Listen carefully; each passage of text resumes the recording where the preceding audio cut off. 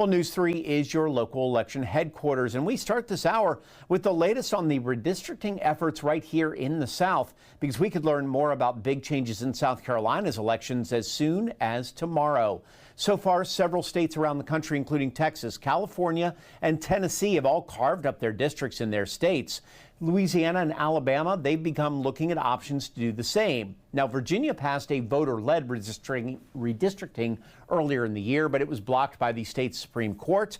And new this hour, Democrats have asked Supreme Court to halt the Virginia ruling blocking that new congressional map.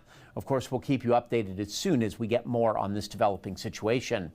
At the same time, a South Carolina House committee approved a plan which could lead to redistricting all of Palmetto State's congressional districts, some leaders wanting to take away the only Democratic spot in the state.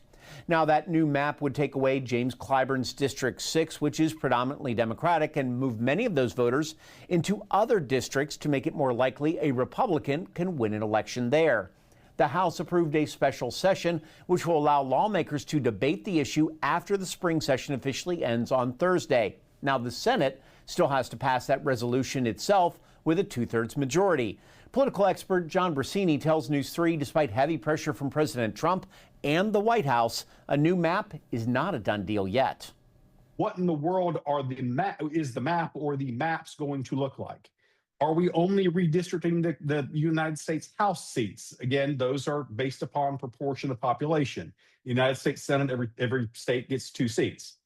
Are we redrawing state House seats? Are we redrawing state Senate seats? And the impact that these new districts have, there is more angst that's coming out about them because several of our states' boards and commissions, university boards, banking, insurance, a variety of states and commissions, are also the State Museum Board, as an example. Their representatives are all selected based upon the congressional district that you live. As far as what a new map in South Carolina might look like, for our viewers in the Low Country, it would probably take many of them out of the 6th congressional district and lump them into the 1st. You then start to raise questions of who is even running in this district. I would certainly not want to be a campaign manager or even a candidate right now running for any of the congressional seats in South Carolina because your complete campaign strategy right now is blown up. Whether you even reside in the district that you're in is still yet to be determined. And as I echoed earlier, we now have members of the legislature that are looking at the proposed map coming out of the White House saying, I don't like the fact that my community is split up. Now, if a new map is approved, a new date for the congressional primaries would also have to be approved, which would move that election to mid-August. And by the way, that would also allow new candidates to enter the race. Even former Congresspeople Nancy Mason, Ralph Norman, they could actually run for their seats again if they don't get into the gubernatorial runoff. The next hearing on the issue starts tomorrow morning. And today, Georgia Senator Raphael Warnock made a stop in Savannah to talk about a major Supreme Court decision. WSAV's Isley Herschel in the studio now to break it down. Yeah, Andrew, Senator Warnock was joined by Savannah Mayor Van Johnson today at the First African Baptist Church. They spoke on the Supreme Court's ruling on the redistricting case out of Louisiana, which were drawn to create 2 majority black districts for the state. Senator Warnock says the decision to strike down the districts and the Voting Acts is a steep backwards step in democracy and civil rights. And he says this isn't a new thing for the country. He says those who made this decision are prioritizing power or the rights of the people. Black and brown voters are being targeted. Voting is not a privilege, it's a right. And I'm tired of people treating it like a privilege. It's a right. It's a right.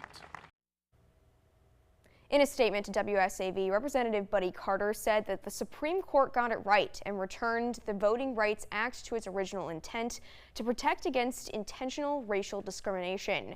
Governor Brian Kemp should delay the House primary, call a special session, and redistrict Georgia immediately, end quote. He feels Georgians shouldn't have to vote under these maps, which he says were drawn intentionally to discriminate. Top Georgia lawmakers do not believe any redistricting will happen this year, but they say it could happen in time for the 2028 elections. Isley Herschel, WSAV News 3 on your side. Isley, thanks. Much. And one major player in Georgia's Democratic Party in Liberty County this weekend, she was throwing her support behind a longtime colleague. Former state representative and gubernatorial candidate Stacey Abrams was in Midway on Saturday, rallying voters in the area as early voting in Georgia continues. Abrams made the appearance to endorse her former State House colleague, State Representative Al Williams. Abrams also spoke about the ongoing battle over redistricting happening nationwide and the ramifications it has on voters. It's unfortunately happening across this country, starting in the South, but across this country, is that politicians are deciding the outcome of elections before they're even voting.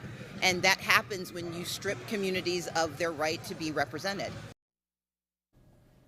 Now, President Trump speaking out on the 2026 midterms, saying that he's prepared to send a, quote, Republicans and an election integrity army in every single state. Trump saying this on Truth Social this morning. Some political experts are pointing to the fact that Americans' faith in government and elections are already low, and any actions by the president, like deploying troops or ICE to polling locations, will weaken it even more. Now, at the same time, early voting continues around Georgia ahead of the general primary. Remember, if you live in Chatham County and haven't voted yet, you still have time to vote early. Early voting locations will welcome voters all the way through Friday to help folks avoid those potentially long lines on Election Day on Tuesday, May 19th. Now, today is also the last day in South Carolina that you can register to vote. For more information about this year's elections, including candidates, important dates, polling locations, and more, head to wsav.com/electionhq. A Savannah Arts Academy teacher has now been suspended for 5 days without pay. This follows a controversial student art exhibition. WSV's Jillian Cole spoke to some of the students involved about why some are saying their work was inappropriate. Andrew, Savannah Arts Academy student Eva O'Donnell says this art exhibition held in February had no guidelines, and many of her classmates felt their work was being censored because some of the art contained profanity and political views. O'Donnell says the exhibition was inspired by Panhandle Slim, a renowned local artist. Two students created a piece criticizing immigration enforcement that included curse words.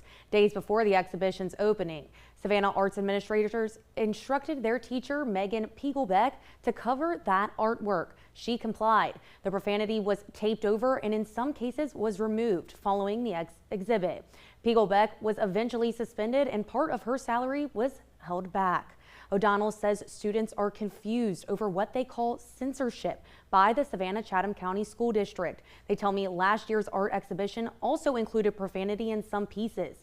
The students say it's unfair to suspend Piegelbeck so many months after the exhibit took place. In these sort of times where we have like teacher shortages and things like that, we should be valuing our educators way more than, what we're doing to Miss Piegelbeck. She, in all of my time, she has always been, again, very inspiring to all of us, and never have I doubted her ability to be a competent educator. Now, a spokesperson for SCCPSS gave me this statement. It reads in part, quote, while students may engage in discussions and analysis of complex social, political, and historical topics, profanity and obscene language are not considered appropriate for permissible use within academic assignments in a school setting. Educational activities used by educators should reflect professional standards and reinforce expectations that support respectful teaching and learning environments for all students, end quote. O'Donnell says students are promoting Piegelbeck's artwork, which she sells at the Forsyth Farmers Market on Saturdays, to help make up for diminished paycheck. Jillian Coles, WSAV News 3, on your side. Jillian, thank you so much. New developments now as a judge has granted bond to a former Savannah police officer accused of murder. Ernest Ferguson is charged in the 2022 shooting death of Saudi Lee in Carver Village. Body camera footage appears to show Ferguson shooting Lee in the back during a foot chase. Now, the incident sparked outrage. Ferguson been held behind bars for several years. His defense team, though, argues he's completed programs in jail, remained sober, and has been deemed low risk in an expert evaluation. The judge has now granted him bond, setting it at $65,000, and will require him to wear an ankle monitor at all times. Now, the Colleton County Sheriff's Office and Walterboro Police Department concluded a month-long investigation last week involving the sale of illegal narcotics. It led to the arrest of 2 people and the collection of a large amount of both drugs and firearms. Take a look for yourself. On May 6th, police executed a search warrant at a home located near the 500 block of Carn Street in the Walterboro area. Now, there, police found over 4 pounds of cocaine, 912 pressed tablets of methamphetamine, 4 pounds of marijuana, 5 marijuana plants, and a large amount of cash. 47-year-old Herbert Bellinger and 44-year-old Ashley Bellinger were arrested at the home and now face several drug-related charges, among others. Now, Time Saver Traffic, sponsored by Arrowhead Clinic, the accident doctors, where it pays to get well. Well, right now we are seeing some slow-moving traffic along I-95 northbound in Chatham County. This is the view at Highway 80 looking southward at Highway 80 with I-95. No accidents reported at this time, but speeds are around 65 miles per hour or less, especially through that area. We're also seeing some minor delays along 16 westbound toward Pooler Parkway. It's the construction zone causing those issues along with the heavier volume. And as far as the low country, no major issues on the major arteries right now. As far as the actual drive time from downtown Savannah to Pooler along 16, taking 24 minutes right now.